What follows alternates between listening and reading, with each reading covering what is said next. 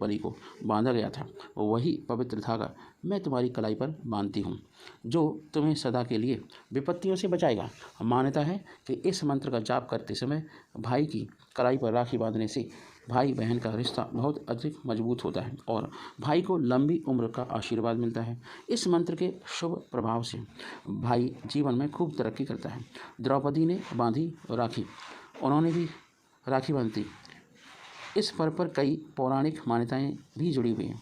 महाभारत काल में जब भगवान श्री कृष्ण ने शिशुपाल का वध किया था तो उनकी उंगली कट गई थी और उससे ब्लड निकल रहा था। तब द्रौपदी की दृष्टि पड़ी और उन्होंने साड़ी का एक पल्लू का हिस्सा उस उंगली पर बांध दिया। जय हिंद, जय भारत। को जानकर बड़ी खुशी होगी कि चांद पर 5 देशों के राष्ट्रीय ध्वज लगे हुए हैं और इनमें से भारतीय ध्वज मतलब चंद्रयान-3 जहां पर लैंड किया था, उस पॉइंट का नाम है शिव शक्ति पॉइंट।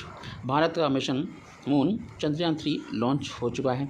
23 अगस्त को सॉफ्ट लॉन्चिंग हो चुकी है। लेकिन भारत से पहले भी कई देश चांद पर अपना फ्लैग फहरा चुके हैं। उनमें से सबसे पहला है चंद्रमा पर पहुंचा पहला अंतरिक्ष यान USSR, जो अब रसिया और छोटे छोटे देशों में कन्वर्ट हो चुका है, का लूना 2 झंडा लेकर गया था। आपको बता दें कि अमेरिका पहला ऐसा देश है पूरी वर्ल्ड में जिसने चांद तक मानव युक्त मिशन भेजा था और मानव ने वहां पर जाकर के अपने आप को लैंड किया और वॉक किया। तब 1969 में पहली बार किसी देश का झंडा चंद्रमा पर फहराया गया था। झंडा पर फहराना अलग है और झंडा लगाना अलग बात है। और आपको बताएं 2008 में चंद्रयान-1 भारत का मिशन के तहत भारत ने अपना झंडा चांद पर लगाया था। उसी पॉइंट को हम क्या कहते हैं, तिरंगा पॉइंट। क्या बोलेंगे उसे, तिरंगा पॉइंट। अब बात करते हैं, फिर भारत के पड़ोसी देश चीन ने भी अपना झंडा 2013 में चांद पर लगा डाला। और आपको बताएं कि इजराइल ने 2008 में अपना स्पेस क्राफ्ट चांद पर भेजा, झंडे के साथ सेल्फी भी ली। और आपको बताएं कि चांद पर जाने की इतनी होड़ इसलिए मची हुई है क्योंकि वहाँ पर हो सकता है कि पानी फ्रॉस्ट के फॉर्म में या बर्फ़ के फॉर्म में मिले, जिससे हाइड्रोजन गैस और ऑक्सीजन गैस निकाली जाएगी टेक्नोलॉजी की सहायता से, जो रॉकेट में यूज़ की जाएगी। तो लोग कम से कम 1 हफ्ते में 15 दिन में आना जाना हो जाएगा, क्योंकि वहाँ पर बहुत सारे मिनरल्स के सबूत मिले हैं। जय हिंद, जय Bharat. Rakshabandhan. On Rakshabandhan, sisters tie Rakhi on their brother's wrist, and in return, the brother will give a present gift to his sister, as also the blessings that he will always be there by her side to protect her no matter what. Here are some wishes for sisters, lovely sister, caring sisters. Raksha Bandhan is the celebration of love, relations, and brother and sisterly bond between siblings. This year, festival will take place on Wednesday and Thursday on both days, 31st August as well as 30 August. On this day, sisters tie Rakhi on their brother's wrist, and in return, brother will also give present or gift to his sister, as also the blessings that she will always be there by her side to protect her, okay, no matter what. Sister perform aarti and feed sweets to their brothers.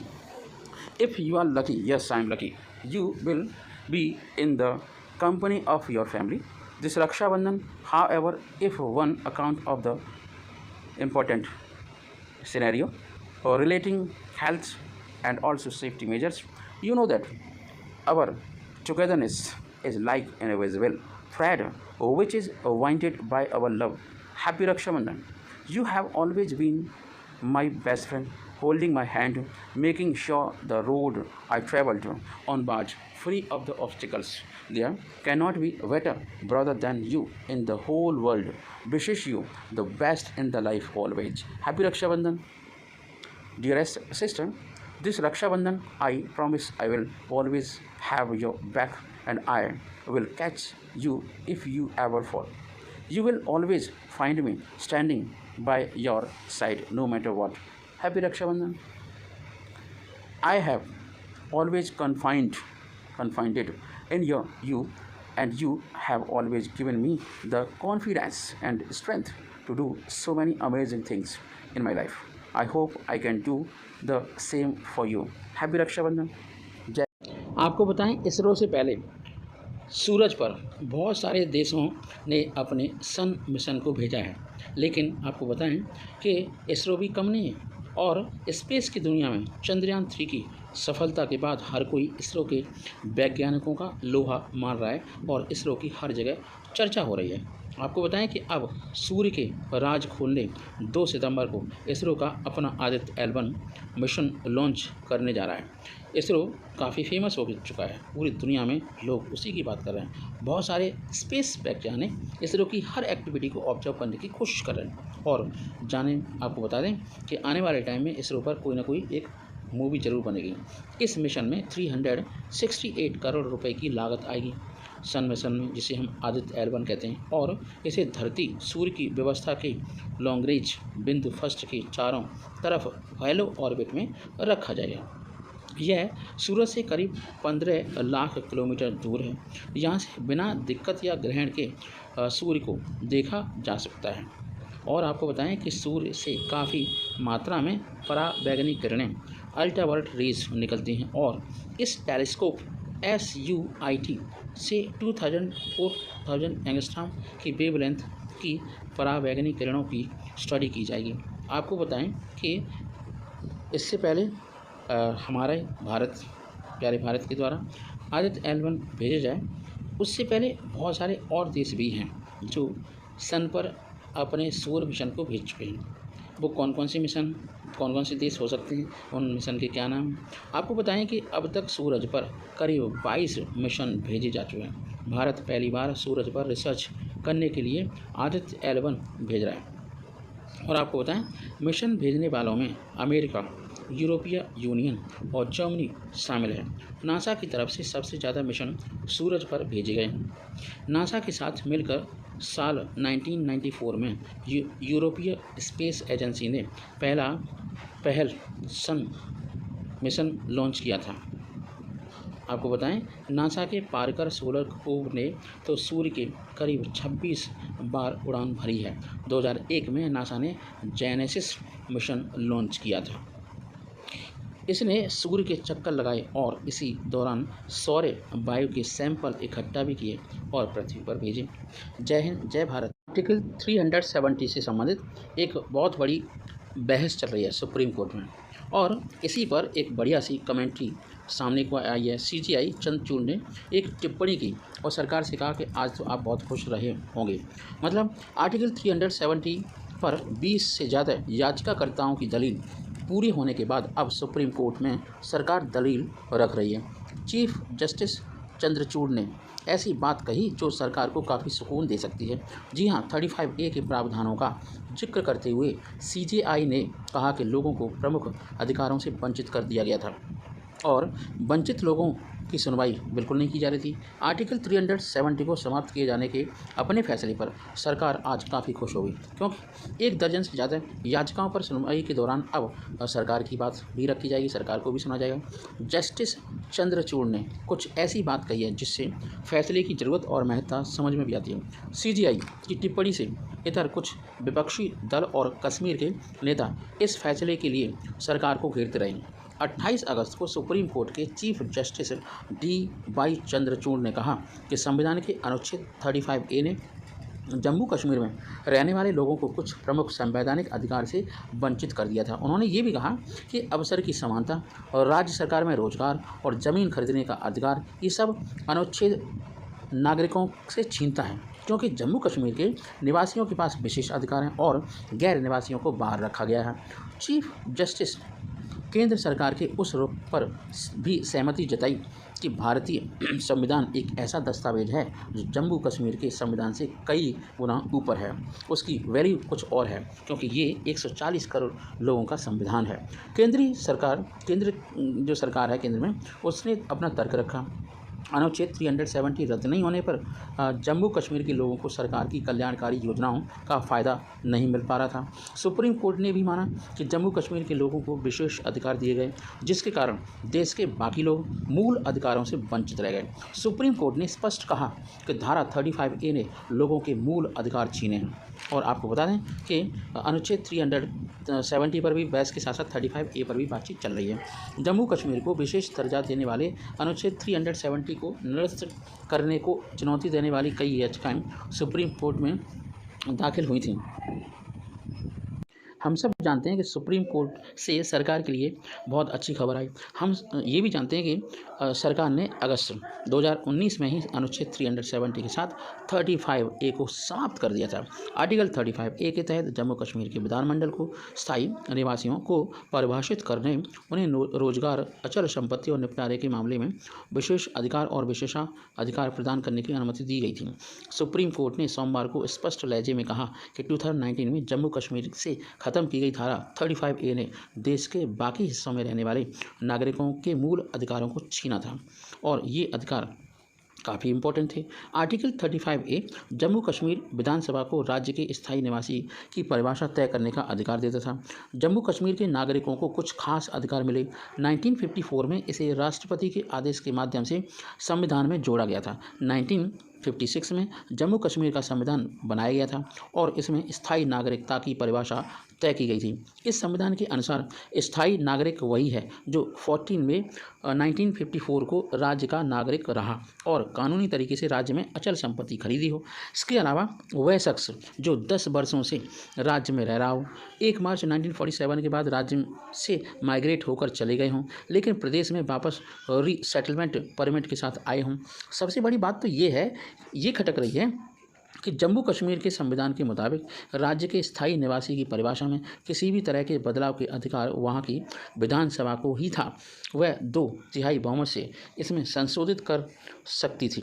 सरकार ने supreme court में दलील दी कि 35A ने जम्मू कश्मीर के लोगों को अधिकार दे दिए हैं, जैसे वहाँ सरकारी नौकरी वहीं के लोगों को मिलेगी, ज़मीन वहीं के लोग खरीद सकते हैं। क्या इससे देश के बाकी के लोगों के अधिकार प्रभावित नहीं हो रहे? सरकार ने जब अपना पक्ष रखा तो उसने कहा कि 35A ने जम्मू कश्मीर के लोगों को इतने अधिकार दे दिए कि बाहर के लोगों को कोई, लेकिन हम जानते हैं अनुच्छेद 19 में किसी नागरिक को कहीं भी रहने का अधिकार है और जम्मू कश्मीर के बाकी हिस्सों में रहने वाले लोग वंचित रह जाते हैं। आपको बताएं, चीफ जस्टिस ने पूछा कि प्रस्तावना में जो सेकुलर और समाजवाद शब्द जोड़ा गया था, क्या वह जम्मू कश्मीर के लोगों पर लागू नहीं होता? सॉलिसिटर जनरल ने कहा कि 42वें संविधान संशोधन के बाद समाजवादी धर्मनिरपेक्ष शब्द जम्मू कश्मीर पर लागू नहीं किए गए, यहाँ तक कि अखंडता शब्द भी वहाँ नहीं था, मौलिक कर्तव्य भी वहाँ नहीं थे जो भारतीय संविधान में मौजूद हैं। सॉलिसिटर जनरल ने कहा कि 35A के प्रावधानों के तहत दशकों से काम कर रहे सफाई कर्मचारियों जैसे लोगों को जम्मू कश्मीर के स्थायी निवासियों की तरह समान अधिकार नहीं हैं। यह भेदभाव 2019 में प्रावधान निरस्त होने के बाद। ऐसे एक अमेरिकी वैज्ञानिक को जानते हैं जो सोवियत संघ से साझा कर चुका है न्यूक्लियर बॉम्ब के राज? वो कौन हो सकता है? Theodore hall. Theodore hall Manhattan project पर काम करने वाले सबसे कम उम्र के वैज्ञानिक थे। 29 अगस्त की बात है 1949। प्लूटोनियम परमाणु बम RDX-1 विकसित करने के साथ ही सोवियत संघ परमाणु हथियार हासिल करने वाला दूसरा देश बन चुका था।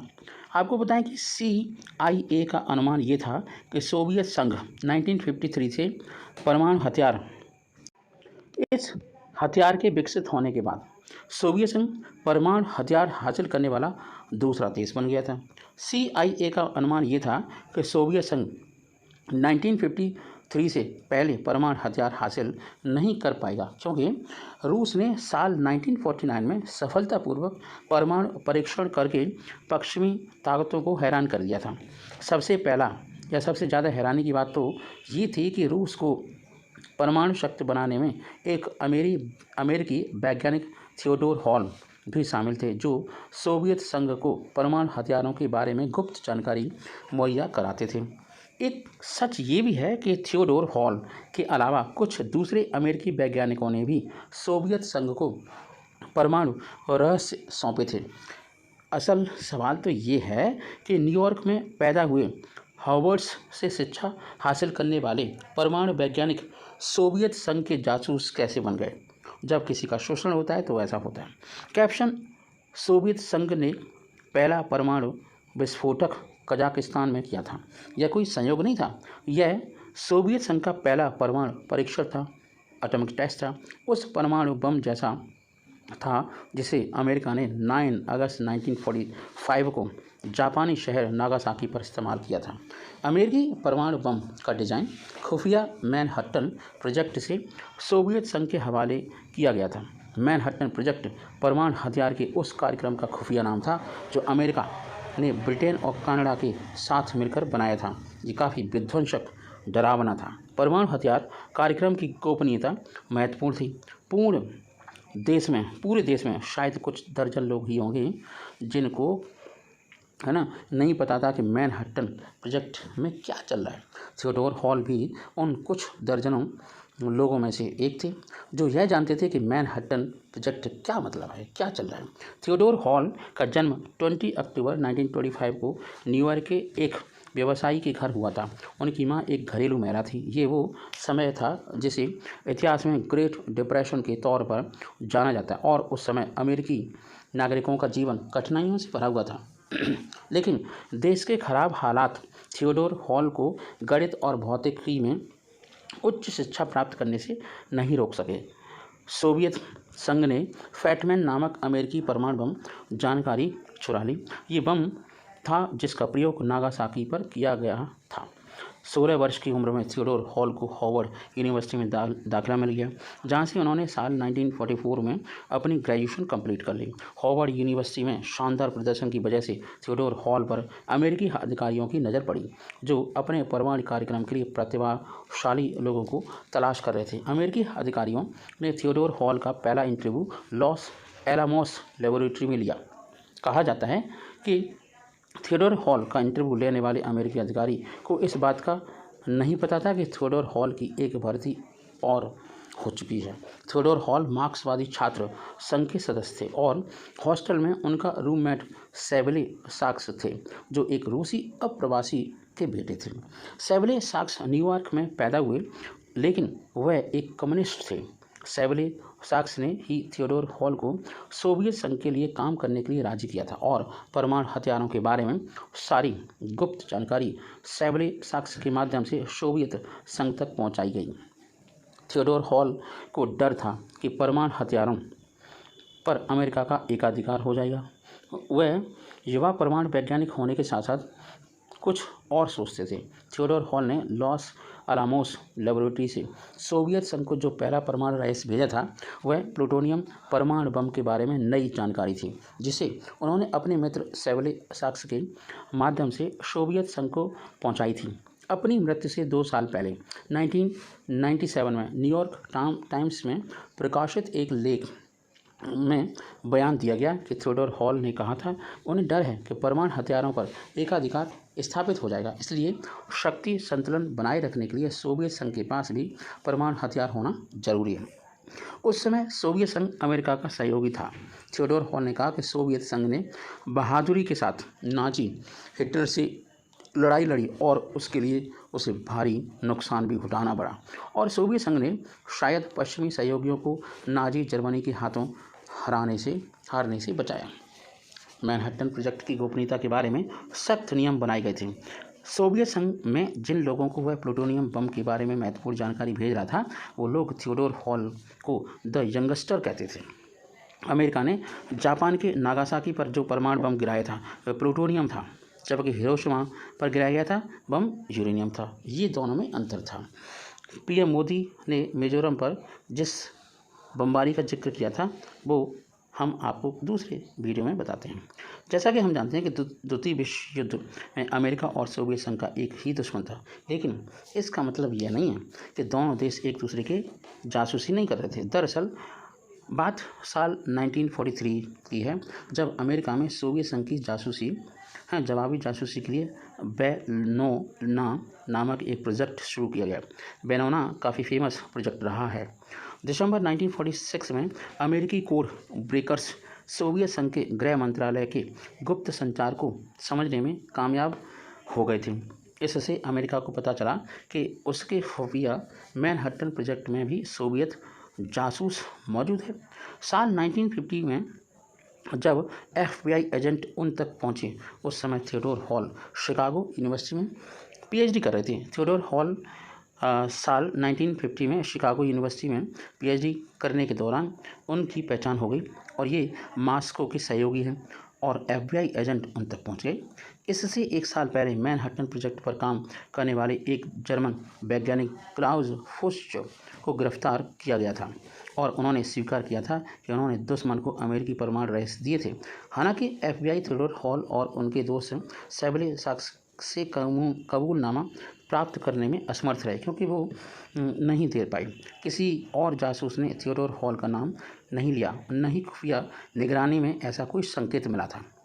थियोडोर सोवियत संघ को खुफिया जानकारी दे रहे थे। मैनहट्टन प्रोजेक्ट के बाद थियोडोर हॉल काफ़ी हद तक निष्क्रिय थे, मतलब अब वो काम नहीं कर रहे थे।